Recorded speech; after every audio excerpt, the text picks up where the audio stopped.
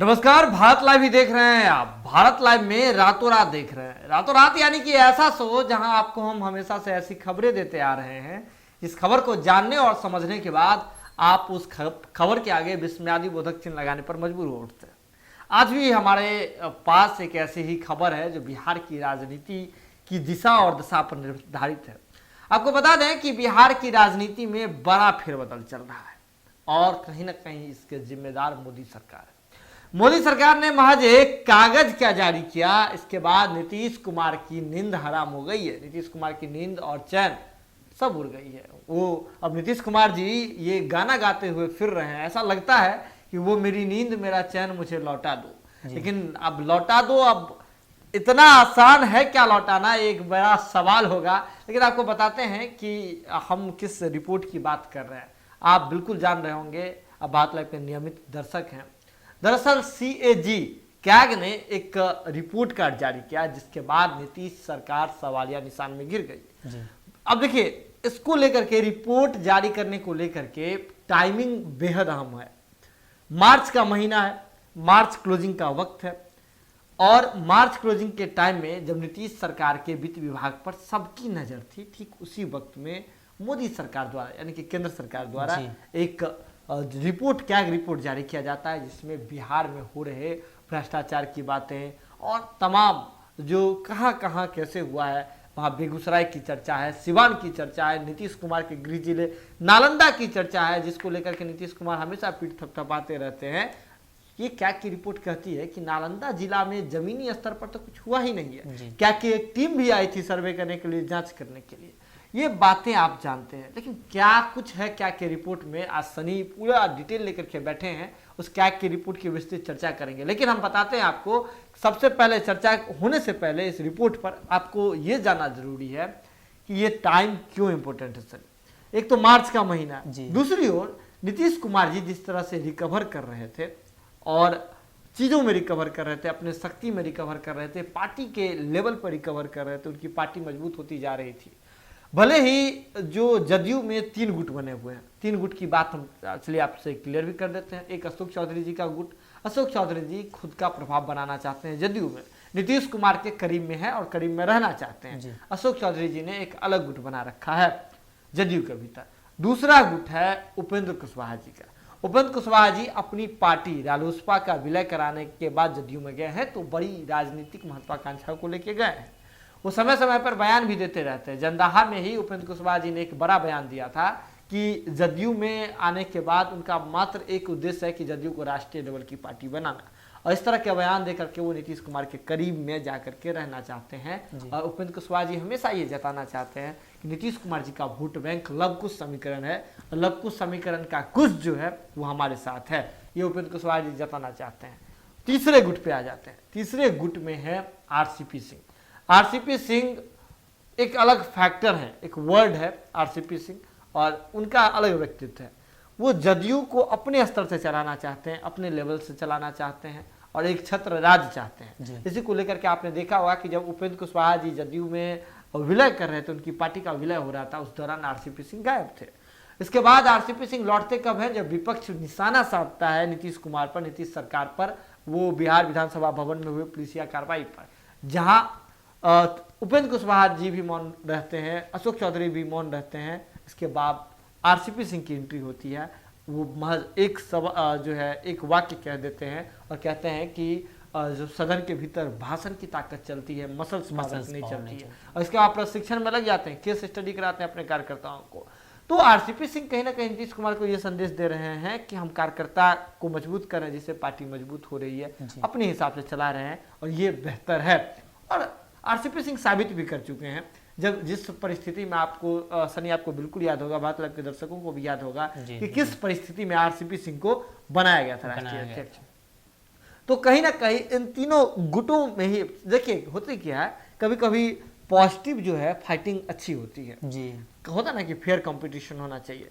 तो कहीं ना कहीं जो ये 3 गुट जो जदयू के भीतर कंपटीशन कर रहे हैं, इससे सीधा जो फायदा है जदयू पार्टी का है। जदयू पार्टी हर तरह से, चाहे जातीय समीकरण के हिसाब से हो, वोट बैंक के आधार पर हो और विधायकों की संख्या में हो, कार्यकर्ता के स्तर पर हो, हर तरह से, यानी कि येन केन प्रकारेण और चारों दिशा से, चारों ओर से चौमुखी विकास कर रही है जदयू पार्टी।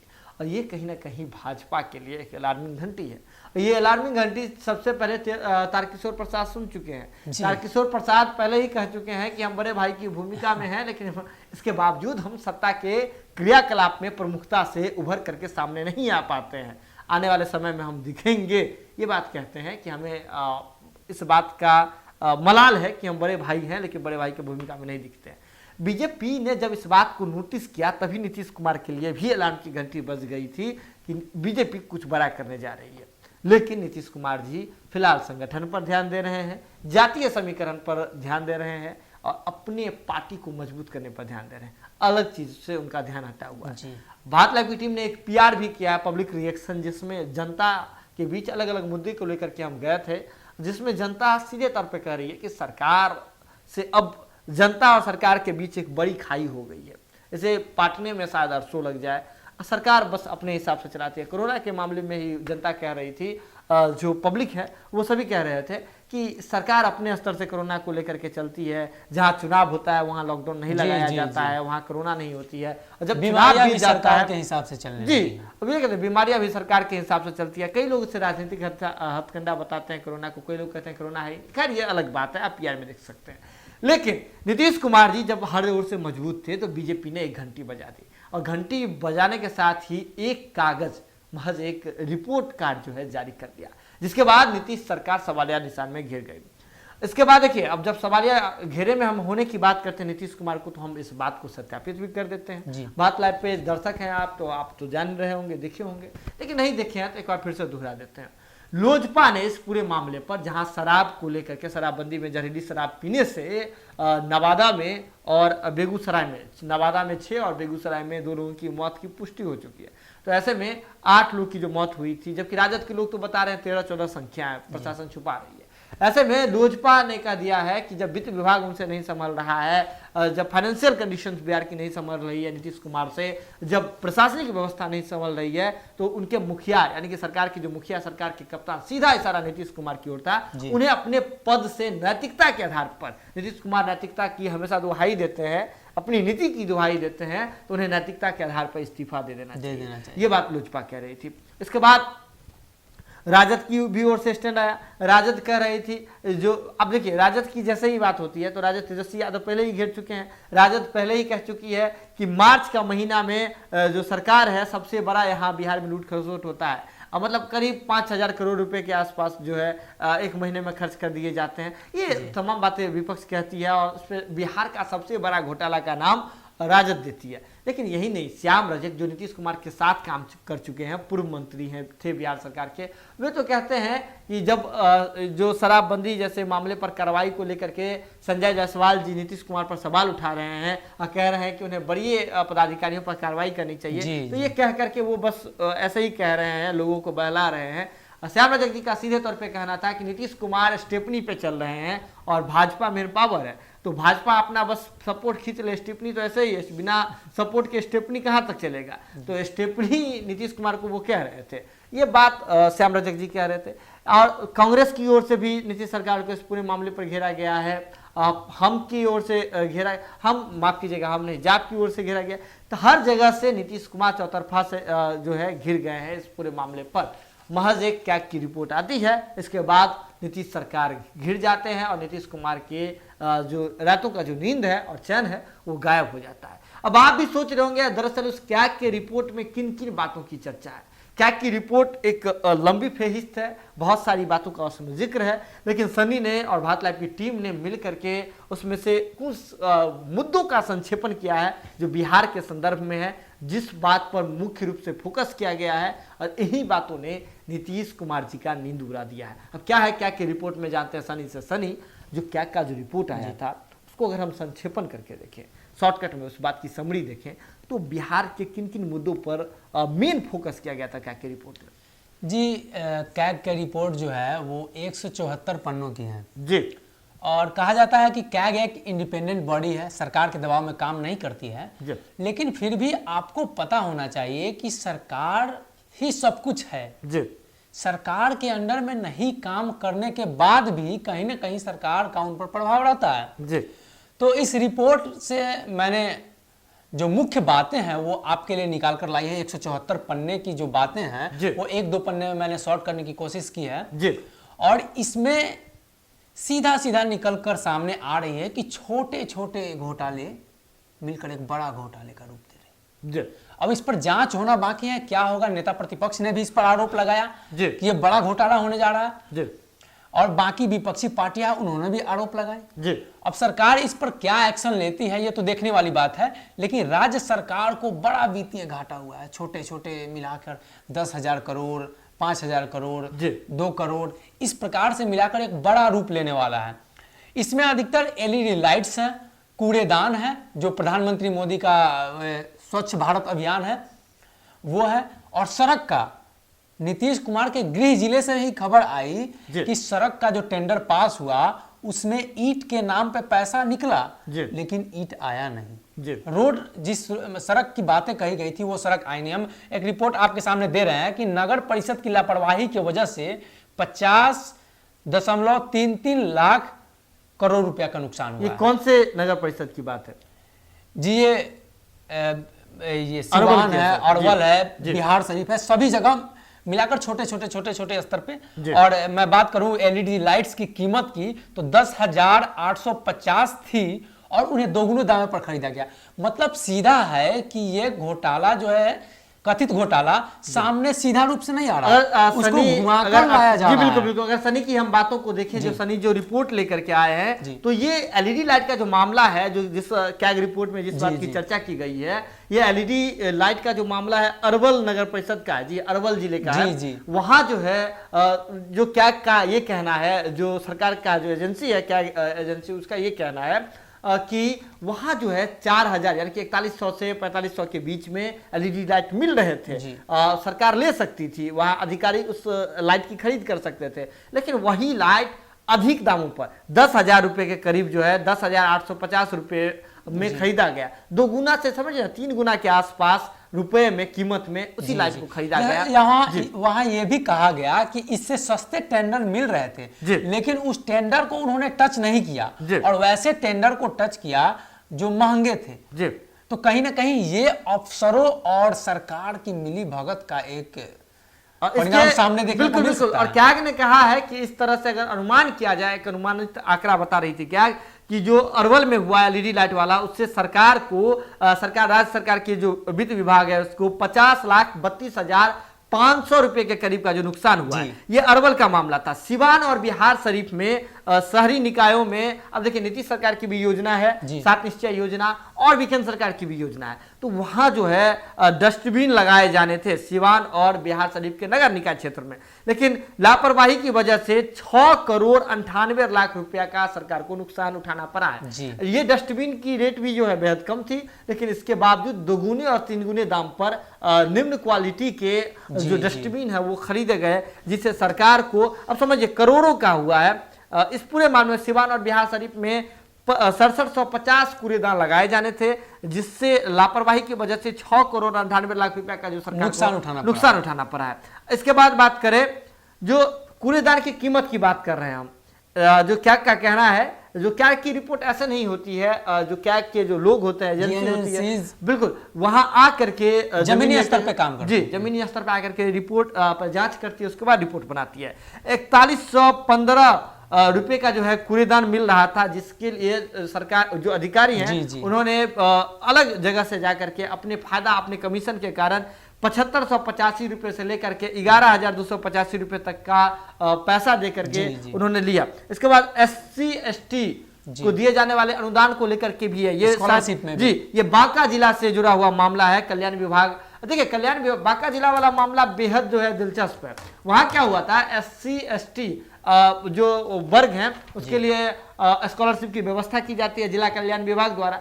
वहां के बांका जिला के जो जिला कल्याण विभाग के जो कैशियर थे, उन्होंने अपने अकाउंट पर पूरा पैसा ट्रांसफर करा लिया, पत्नी के अकाउंट पे भी, अपने और अपने पत्नी के अकाउंट पर ट्रांसफर करा लिया, जिससे सरकार को अगर वित्तीय घाटा की बात करें तो ये भी घाटा जो है करोड़ों में है। अगर हम इस पूरे डाटा को देखें तो 1,45,00,000 रुपए का जो है घाटा हुआ।